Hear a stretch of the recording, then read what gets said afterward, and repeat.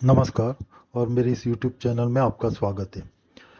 आज के वीडियो में मैं गोलोकवासी संत श्री उड्डिया बाबा जी, ये संत थे।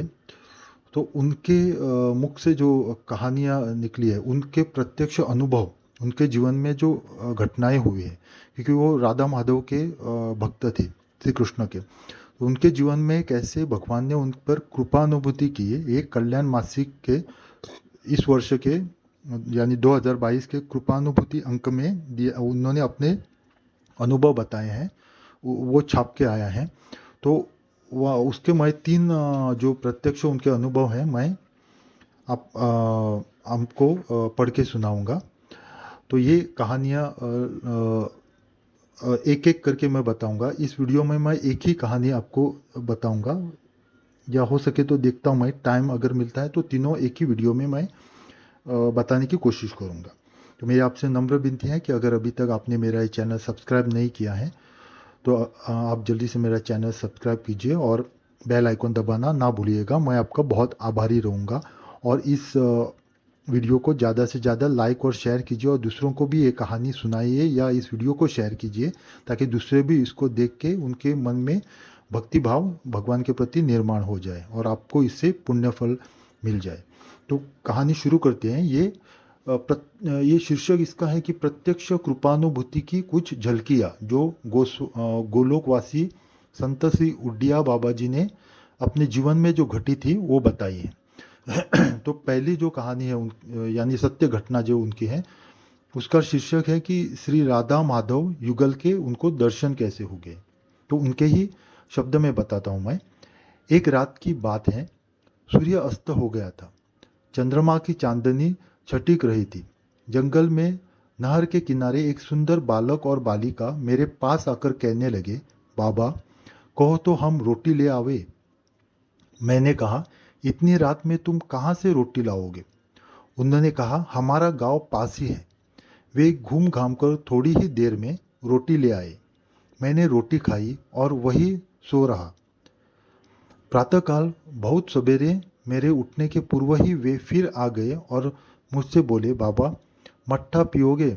मैंने कहा, तुम इतने सवेरे फिर कहाँ से आ गए और इस समय मट्ठा कहाँ से लाओगे? उन्होंने कहा, हमारा गांव निकट ही तो है। वे इधर उधर घूमकर तत्काल ही मट्टा ले आए और मैंने उसे पी लिया। उनके चले जाने पर मैंने खोज की तो मालूम हुआ कि वहां दूर दूर तक कहीं गांव का नाम निशान भी नहीं था। जंगल ही जंगल था। तो ये जो कहानी है उनके जो उडिया बाबा जी हैं, संत उडिया बाबा जी, तो उनके जीवन में घटी थी। तो उनको ऐसे बालक बालियों के बालिका के रूप में श्री राधा माधव के उनको युगल के दर्शन हो गए उनको। तो ये एक कहानी है। दूसरी कहानी जो वो बताते हैं कि गोपाल बालकृष्ण के दर्शन उनको कैसे हो गए। तो उनके शब्दों में मैं बताता हूँ। मेरे एक मित्र ब्रह्मचारी जो भगवान श्री कृष्ण के उपासक थे, वे किष्किंधा में किसी महात्मा सिद्ध पुरुष को जानते थे और उनसे शिक्षा लेने के लिए जा रहे थे। मार्ग में उन्हें बड़ी प्यास लगी।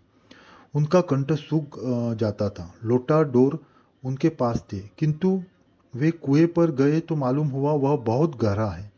उनकी डोरी उसमें ओछी पड़ती है। वे निराश होकर वहीं बैठ गए। अत्यधिक प्यास के कारण उनके प्राण अत्यंत छटपटाने लगे। ऐसा मालूम होता था मानो 10-5 मिनट में प्राण निकल जाएंगे। उस समय वे हा कृष्ण पुकारने लगे। इतने इतने ही में एक बालक एकाएक उनके पास आया और बोला, मुझे अपना लोटा डोर दे दो, मैं जल ले आता हूँ। बस ब्रह्मचारी जी का लोटा डोर लेकर वह बालक उसी कुएं के जल खींच लाया और उन्हें पिला दिया। फिर उस बालक ने कहा, तुम जिस साधु के पास जा रहे हो वह तो महापाखंडी है।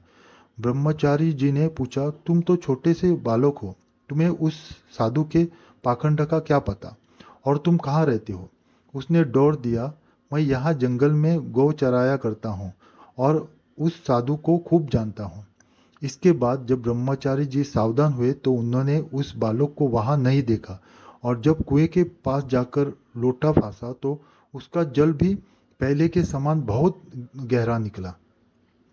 तो ये अ, उनके जीवन में घटी हुई कहानी है, जिसमें श्री कृष्ण भगवान ने खूब खुद आकर जो बहुत गहरा कुआं था उसमें से आसानी से उनको लोटे में जल भर के उनकी प्यास बुझा दी।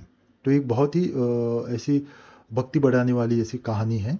तो तीसरी कहानी मैं बताता हूँ कि उन्हें शीर्षक है उसका कि भगवान ने उसकी करुण पुकार सुनी। तो कहानी इस प्रकार है। अतरौली तहसील में एक गृहस्थ कायस्थ रहते थे। उनके घर में स्त्री पुरुष तथा एक लड़की, ये तीन प्राणी थे। पुरुष पटवारी का काम करता था। किसी मामले में उसे 7 साल की सजा हो गई। घर में केवल उसकी स्त्री और कन्या ही रह गई। लड़की विवाह के योग्य हुई, किंतु घर में कुछ था नहीं।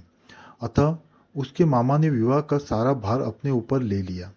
विवाह पक्का हो गया, किंतु जब विवाह के 3-4 दिन रह गए तब किसी कारण से मामा ने साफ इनकार कर दिया।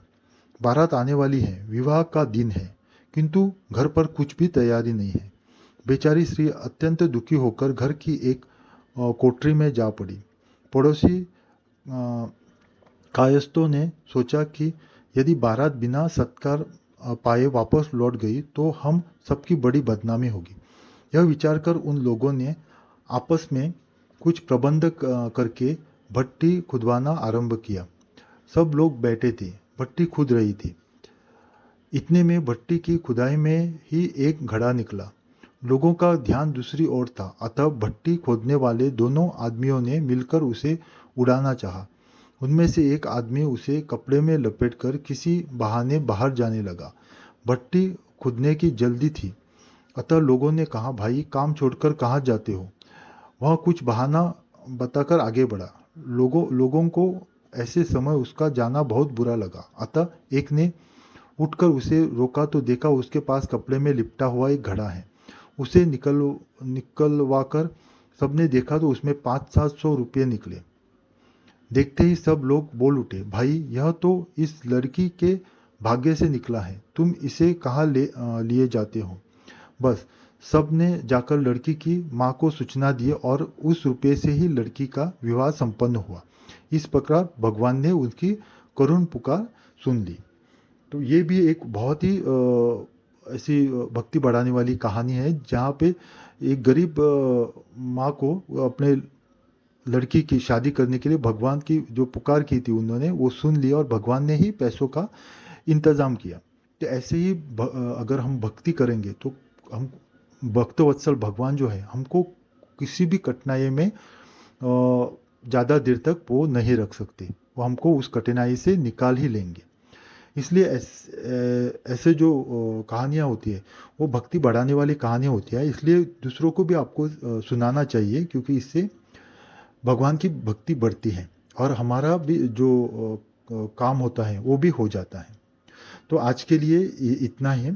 मैं अगले वीडियो में और कहानियाँ आपको लेके आऊँगा जो भक्ति बढ़ाने वाली होगी भगवान के प्रति। तो मेरे इस चैनल पे बने रहिए। आपका कल्याण हो। ओम नमः शिवाय।